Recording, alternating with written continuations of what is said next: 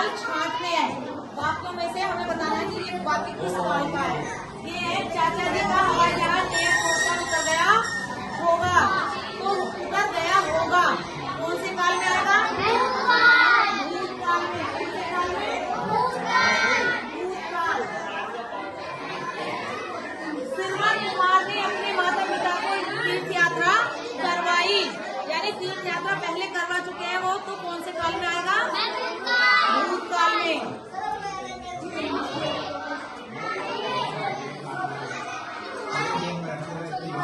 माला खेलने के पश्चात आराम कर रही होगी। माला खेल रही है और खेलने के बाद वो बाद में आराम कर रही होगी, तो कौन से काल में आएगा?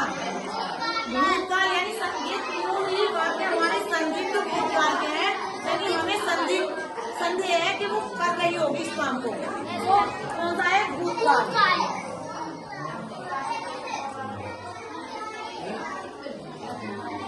इस मैदान में हर साल मेला लगता रहेगा।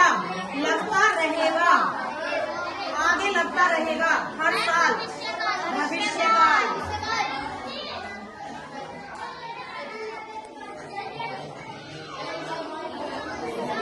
यानी जो काम आगे होगा वो भविष्यकाल, जो हो गया है पीछे वो भूतकाल, और जो हो रहा है वो वर्तमान काल।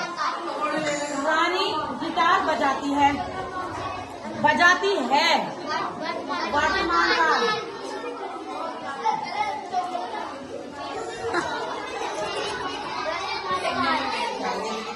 बच्चे झूला झूल रहे हैं। झूला झूल रहे हैं तो वर्तमान काल।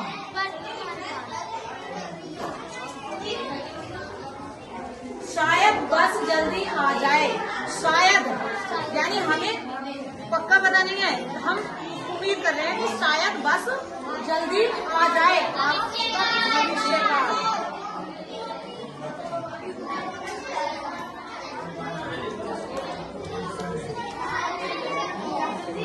वह तो जीवन भर आलसी ही बना रहेगा।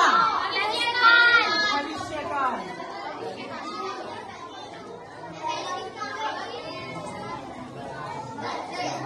मेरी नानी प्रतिदिन कहानी सुनाती हैं।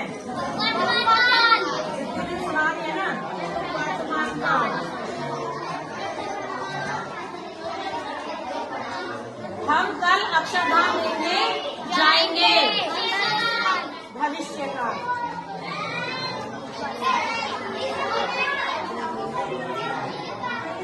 अब हमें ये पता चल गया ना कि कौन सा वाक्य किस काल का है, यानी जो बीत गया है वो भूतकाल, जो चल रहा है वो वर्तमान काल, और जो आगे आने वाला समय है वो भविष्य काल। इनकी यही पहचान है, जो जिसमें पीछे होगा या थी वो तो भूतकाल में आता है, जो जिसमें रहा है या कर रहे हैं वो वर्तमान काल में, और जिसमें करेंगे या जाएंगे वो भविष्य काल।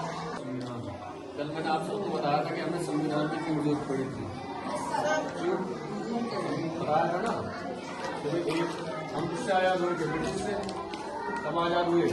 1947 में। ठीक है, 1947 में आजाद हुए थे ना। तो ब्रिटिश क्या करते थे, जो लैंडलॉर्ड्स होते थे, यानी जो जमींदार होते थे, उन पर कर लगाते थे जमीन पर। तो ये लैंडलॉर्ड्स क्या करते थे, जो पीजेंट्स होते हैं, जो हमारे फार्मर्स होते हैं, किसान होते हैं, उन पर डबल टैक्स लगाते थे, डबल ट्रिपल। ठीक है, ये कर रहे थे इनका शोषण और ये कर रहे थे इनका शोषण। अब जिन पे लगा 95% टैक्स, ये इनसे ले रहे थे 99%। तो क्या हो रही थी? क्या इसमें समानता हो रही थी? एक बार इनसे बहुत ज्यादा ऊपर होता चला गया, एक बार बहुत नीचे होता चला गया, यानी एक ऐसी कंडीशन आ गई कि भुखमरी की, लोग भूख से मरने लगे। ठीक है, फिर क्या होते थे? चोरियां, एक दूसरे को कत्ल, ये सब हुआ। तो इसमें क्या हुआ, जब अंग्रेजों से हम आजाद तो हो गए, लेकिन एक बहुत बड़ा वर्ग ऐसा था जो ऊपर था और एक बहुत बड़ा वर्ग ऐसा था जो नीचे था। तो इन चीजों में एक समानता लानी थी, यानी कुछ इनसे लेके इन्हें देना था। तो कैसे होता? ठीक है, तो हमारे जो बड़े जो विद्वान थे, जैसे हमारे बाबा साहब अम्बेडकर और हमारे सत्यनारायण सिन्हा, ठीक है, बहुत बड़े बड़े हस्ती थे, तो उन्होंने क्या करा, एक संविधान सभा का गठन करा। ठीक है, उस संविधान सभा में क्या तय हुआ कि सब लोगों को समान अधिकार दिए जाए, जीने का अधिकार दिया जाए, पढ़ने का अधिकार दिया जाए। जो पहले लेडीज होती थी, वो लड़कियों को पढ़ने का अधिकार नहीं था, वो इससे मिला है, संविधान से मिला है। ठीक है, हम पढ़ रहे हैं, हमारे हाथ में कलम है, सब इसकी देन है। ठीक है, और सबसे बड़ी जो समस्या थी हमारे देश में, वो है जातिवाद की समस्या। ठीक है, इसको भी खत्म करना था। वो कैसे होती कि जब हम एक दूसरे को एक समान समझेंगे। सबसे पहले हम क्या हैं? सबसे पहले हम इंसान है ना, इससे ऊपर तो कुछ नहीं है पहले। तो इसके बाद क्या, हम भारत के नागरिक हैं। ठीक है, सबका खून एक जैसा है ना, कोई अलग तो नहीं है, तो फिर सब अलग अलग कैसे हुए? भगवान ने तो सबको एक बनाया, तो वही चीज इसके थ्रू समझाई गई कि हमें सबको एक समान मानना, एक समान,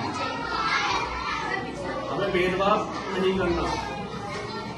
ठीक है, तो इसमें जो ये इसका निर्माण हुआ था, राज्यसभा का बूटी कल लिखवाया था 26 नवंबर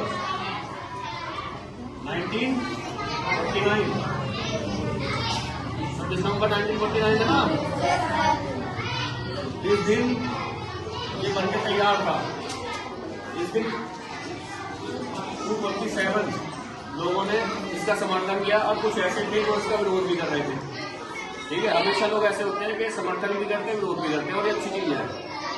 ठीक है, एक डेमोक्रेटिक रिपब्लिक के लिए, गणतंत्र राज्य के लिए ये बहुत जरूरी है कि एक मजबूत विपक्ष भी हो। अगर मजबूत विपक्ष नहीं होगा